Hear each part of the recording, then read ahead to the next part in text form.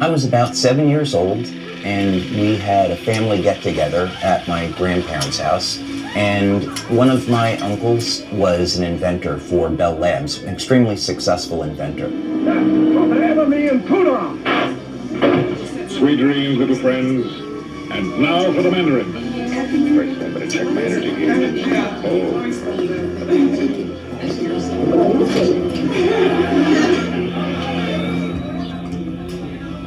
My cousins, they said, hey, let's break away from the adults and we want to go take a look at something.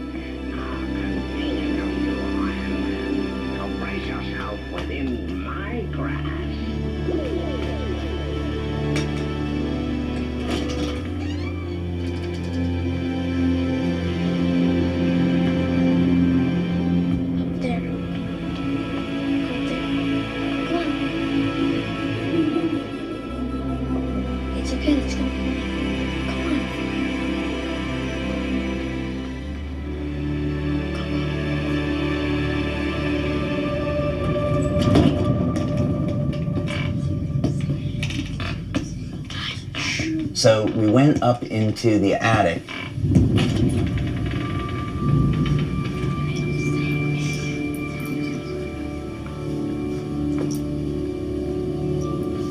Being in that environment, something started to really resonate with me. I just thought this was the coolest thing.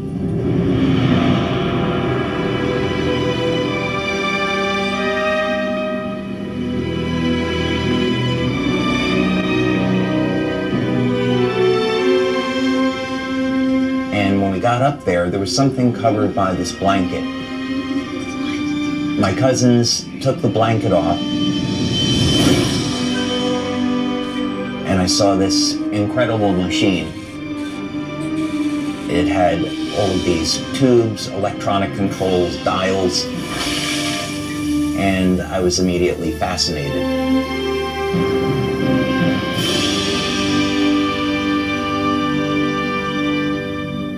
It was then that I knew that I want to be an inventor when I grow up.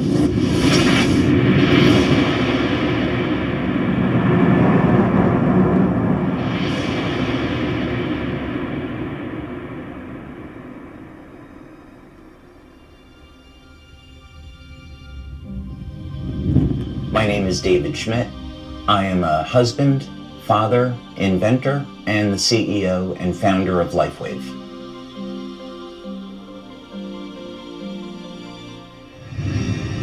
From when I was young, I always had an interest in exploring the world and learning about how things work. We didn't have the distraction of cell phones and computers, so I spent a lot of time outside with my friends, exploring the natural world, looking at insects, going for walks in the woods, and trying to understand how all these things in nature function and enjoying the beauty of it.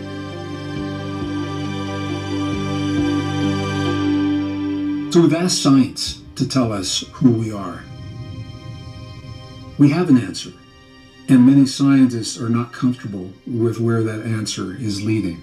The origin of life problem is, I think most scientists today claim that that is the most difficult problem, and we still face it. Sometimes people talk about, well, we could create life in the lab, but in that case, it's usually an intelligent design explanation because you have the scientists with their intelligence, bringing together chemicals, not that they find in nature, but from a chemical supply company, and then putting them together in some very intentional way. Science is arriving at the place where our ancestors invited us to begin. And that is with the understanding that we are part of, rather than separate from, the world around us. Could it be that who or whatever is responsible for us left us a message? If this is true, where would we look for proof? God has left his fingerprint in nature and in natural design. And by studying nature with this perspective, we can unlock some secrets that have been hidden. The DNA is thought of as a reservoir or a repository of information, but actually it's much, much more than that. there's a message encoded into the DNA of all life. What it says is that the elements that make us who we are not random.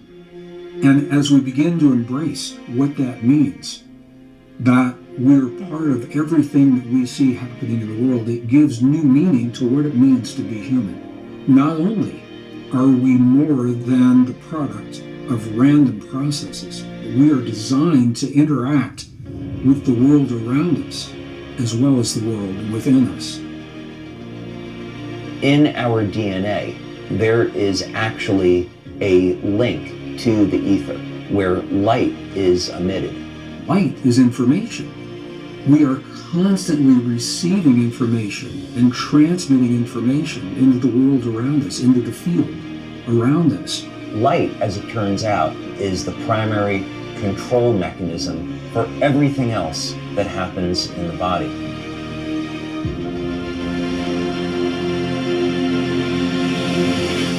If we can understand the language of the DNA, the code by which this all works, that means we can use light in an entirely different way to improve our health, our quality of life, and even change the way we age. What if we could have an external electromagnetic field that would essentially reset the stem cells that are already in our bodies and get them to function like younger, healthier cells? What if we could embed wavelengths of light into water that would trigger the regenerative mechanisms and cause people to heal at a rate as when they were younger? What if we actually found out that in a book that was written thousands of years ago, that information already existed? The first sentence of the book of Genesis is about, in the beginning, how God created the heavens and the earth.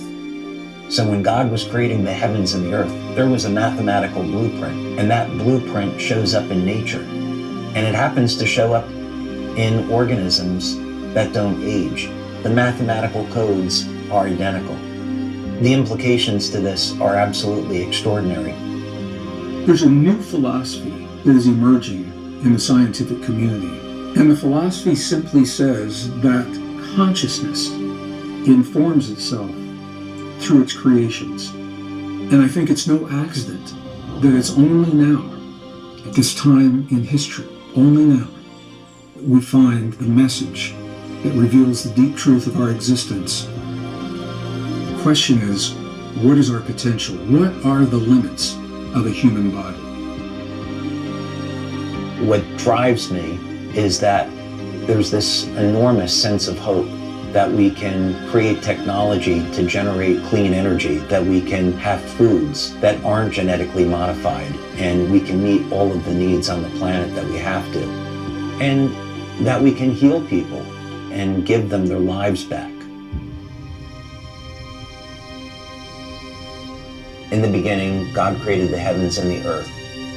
There is more information there than most people would ever realize.